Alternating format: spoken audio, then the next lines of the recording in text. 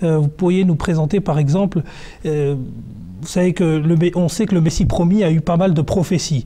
Le Testament en est une par exemple, qui aura une seconde manifestation. Est-ce que justement par rapport au troisième calife, il y a eu une prophétie bien particulière, ou est-ce que même par rapport au califat en règle générale, vous pourriez nous éclaircir peut-être sur ce point? Comme vous l'avez très bien souligné au tout début de l'émission, que le Messie promis, Hadrat Mirza Ghulam Ahmad alayhi salam, il avait évoqué l'institution du califat au sein de la communauté Ahmadiyya et au sein de l'islam. C'est par son entremise que Dieu a rétabli de nouveau le califat, comme cela avait été prophétisé par le saint prophète Mohammed Mustafa sallallahu alayhi wa sallam. Et nous l'avons vu avec ses deux prédécesseurs, les deux prédécesseurs du troisième calife. Ils ont, au cours de leur vie, tout fait œuvrer pour établir le califat. Leur but premier, c'était de continuer la mission du Messie premier, alayhi salam, Mirza Ghulam Ahmad alayhi salam, qui était de transmettre le message de l'islam, de parachever la transmission du message de l'islam. Et c'est ce que nous voyons au cours de la vie de Hadrat Mirza Nasir Ahmad, qui fut le troisième calife au sein de la communauté Ahmadiyya. Pour revenir à votre question, c'est-à-dire les prophéties qui ont été faites en son sujet, il est dit dans son ouvrage Haqiqatul Wahi, le Messie premier alayhi salam, a évoqué cette prophétie. Il avait dit que Dieu lui a dit qu'il va lui accorder 4 fils et un autre fils, un petit-fils.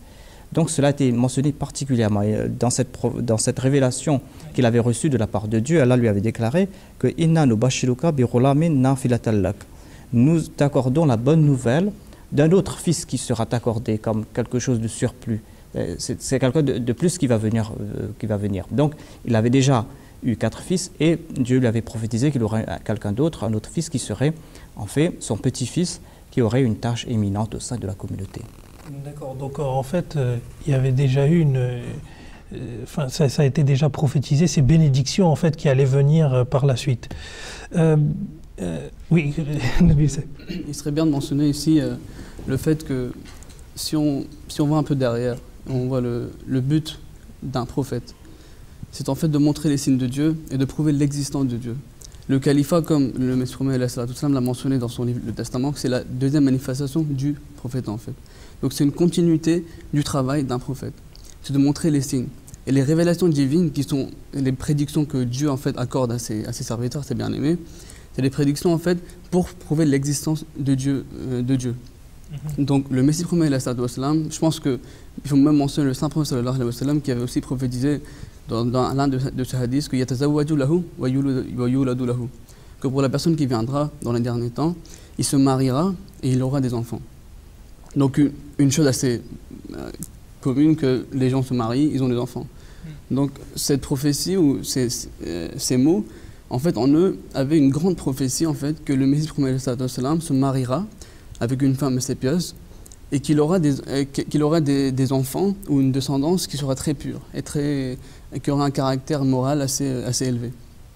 Donc ces califes, comme aujourd'hui on parle du troisième calife, Mirza Nasir Ahmad Khalifatul Masih Salis, le Messie promis, comme ça vient de mentionner, Dieu avait déjà prédit sa venue, qu'il allait venir pour la propagation de l'islam. Donc le deuxième calife, c'est-à-dire son père, Mirza Bashiruddin Mahmoud Ahmed, plus tard, il a aussi prédit, quand il avait écrit une lettre dans laquelle il avait écrit que Dieu m'a informé qu'il donnerait un fils qui permettrait de renforcer l'islam. Donc je vais lire la traduction de la révélation. C'était: Dieu m'a aussi dit qu'il m'accordera un fils qui sera un nasir de la foi et consacré au service de l'islam. Un nasir veut dire une aide, qui aidera l'islam. Il faut savoir que nasir, qui vient de la racine nasara, ça veut dire que c'est une aide qui mènera à la victoire. Donc c'est vraiment, c'était l'un des signes en fait de la véracité du saint prophète sallallahu alayhi wa sallam, du Messie premier alayhi wa sallam, et sa véracité aussi qui viendra. Et de plus, c'est une preuve de l'existence de Dieu, que les paroles que le saint prophète a prononcées et les prédictions qu'il a faites au Messie sallam, ils ont été acceptés, ils ont été complétés aujourd'hui par la grâce de Dieu. Et qu'elles se traduisent en fait par finalement une logique implacable. Enfin, c'est cohérent. Et puis, ce qu'a dit le saint prophète se répercute bien dans ce que le Messie promis a dit, et c'est encore une fois une preuve de la véracité du Messie promis et du caractère exceptionnel du saint prophète. Ce que je voulais ajouter, c'est que la vie même du troisième calife, à l'instar de la vie des autres califes, sa vie va prouver comment ces prophéties se sont réalisées en sa personne, comment il a été cette aide qui a mené à la victoire. Au cours de son califat, la communauté Ahmadiyya a passé par diverses tribulations, des moments très difficiles, et il a fait preuve d'un très grand leadership, et il a mené le bateau de la communauté à bon port, à l'instar des autres califes. Donc c'est quelque chose qui va se réaliser, on va le voir au cours de sa vie. Oui, bien sûr. Alors on va y venir justement sur l'ensemble de ces éléments, puisqu'on va brosser ce petit portrait biographique du troisième calife. Justement, je continue avec vous, Qayyum Saheb, c'est par rapport à l'éducation. On sait que Hazrat Mirza Nasser Ahmad a une grande contribution par l'éducation, peut-être de par sa formation lui-même personnelle. On avait ici également parlé du premier calife qui avait eu une contribution assez exceptionnelle pour l'éducation à laquelle il tenait, notamment l'éducation religieuse. Mais Hazrat Mirza Nasser Ahmad, ce qu'il a apporté à l'éducation, c'est assez important de le souligner. Est-ce que vous pourriez peut-être nous donner quelques éléments dessus? Oui. Dès sa tendre enfance, Hazrat Mirza Nasser Ahmad, il a été confié entre les mains de sa grand-mère paternelle, Hadrat Ahmadjan, qui était l'épouse du Messie premier d'Islam. Ce fut elle qui s'est occupée de Hadrat Mirza Nasser Ahmad dès sa tendre enfance, et il s'est occupé de son éducation morale et spirituelle. Et le deuxième calife lui avait confié entre les mains de certains précepteurs. Et dès un très jeune âge, à l'âge de 13 ans déjà, Hadrat Mirza Nasser Ahmad avait déjà mémorisé le Saint-Coran en entier. Et il avait suivi une éducation religieuse très poussée. Il avait fait la Madrasa Ahmadiyya, il avait fait la Jamia Ahmadiyya, il avait passé son degré de Molvi Fazil, qui était un degré qu'on passait à l'époque, une distinction assez importante dans le domaine de l'éducation religieuse, théologique et tout. Et en sus de son éducation religieuse, il a aussi eu une éducation laïque très poussée. Et par la suite, il a fait ses études, il a complété sa licence aussi au Pakistan, où c'était en Inde. Et ensuite, le deuxième calife lui a envoyé à Londres pour faire des études à l'université d'Oxford, où après une licence, il a aussi fait sa maîtrise en art.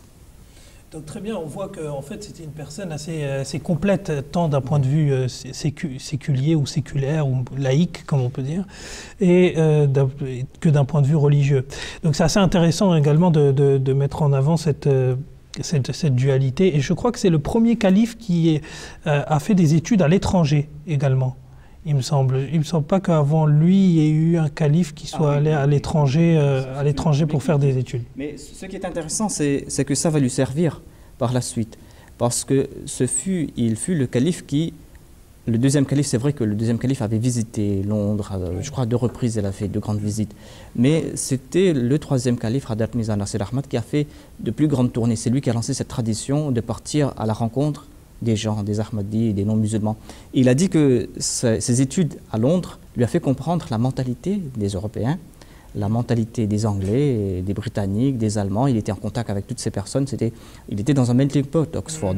Donc il était à la rencontre de toutes ces personnes. Il a dit que cela m'a beaucoup servi à la fin de comprendre ces gens. Et cela lui a servi, comme on dit. Il a fait plusieurs tournées au cours de son califat dans ces pays européens, en Amérique et ailleurs. Et cela lui a beaucoup servi. Puis j'imagine que comprendre en fait ces personnes par rapport à leurs us et coutumes et coupler ça avec une bonne formation religieuse telle qu'il l'avait, ça permettait aussi de mieux répondre à leurs besoins et en fonction justement, tout en restant dans le respect de l'ensemble de ces utilisations. Oui, mais monsieur. Je pense aussi, même dès sa jeunesse, on peut voir que il est parti. Il a fait ses études en dehors. Il a même eu des connaissances séculaires et aussi religieuses. Et donc ici aussi, on peut mentionner la révélation du Messie Islam, où Dieu lui avait promis que je propagerai ton message dans tous les coins de la terre, que dès sa jeunesse, le troisième calife, Dieu lui a, fait en sorte que cette personne, ce calife, ce bien-aimé, a eu des connaissances religieuses et des connaissances séculaires afin de propager l'islam. Parce qu'aujourd'hui, il faut savoir qu'on n'est pas en train de parler d'une personne politique. On est en train de parler du califat qui est en fait une promesse divine donnée aux croyants. Donc cette personne, tout ce qu'elle a fait, il faut toujours avoir en tête que cette personne, tout ce qu'elle a fait dans sa vie, c'était Dieu a mené cette vie pour la propagation de l'islam. C'était vraiment tout ce qu'il a poussé à après propager le message d'une manière assez excellente. On verra, Inch'Allah. Jazakoullah pour vos réponses. J'en profite pour rappeler à nos téléspectateurs qui peuvent nous écrire à l'adresse horizon@mta.tv, notamment si vous avez des questions concernant justement ce califat, des zones d'ombre ou encore une fois des questions que l'on aurait abordées mais que vous n'auriez pas compris. N'hésitez pas à nous écrire. Nous nous ferons une joie d'y répondre dans le cadre de nos prochaines émissions.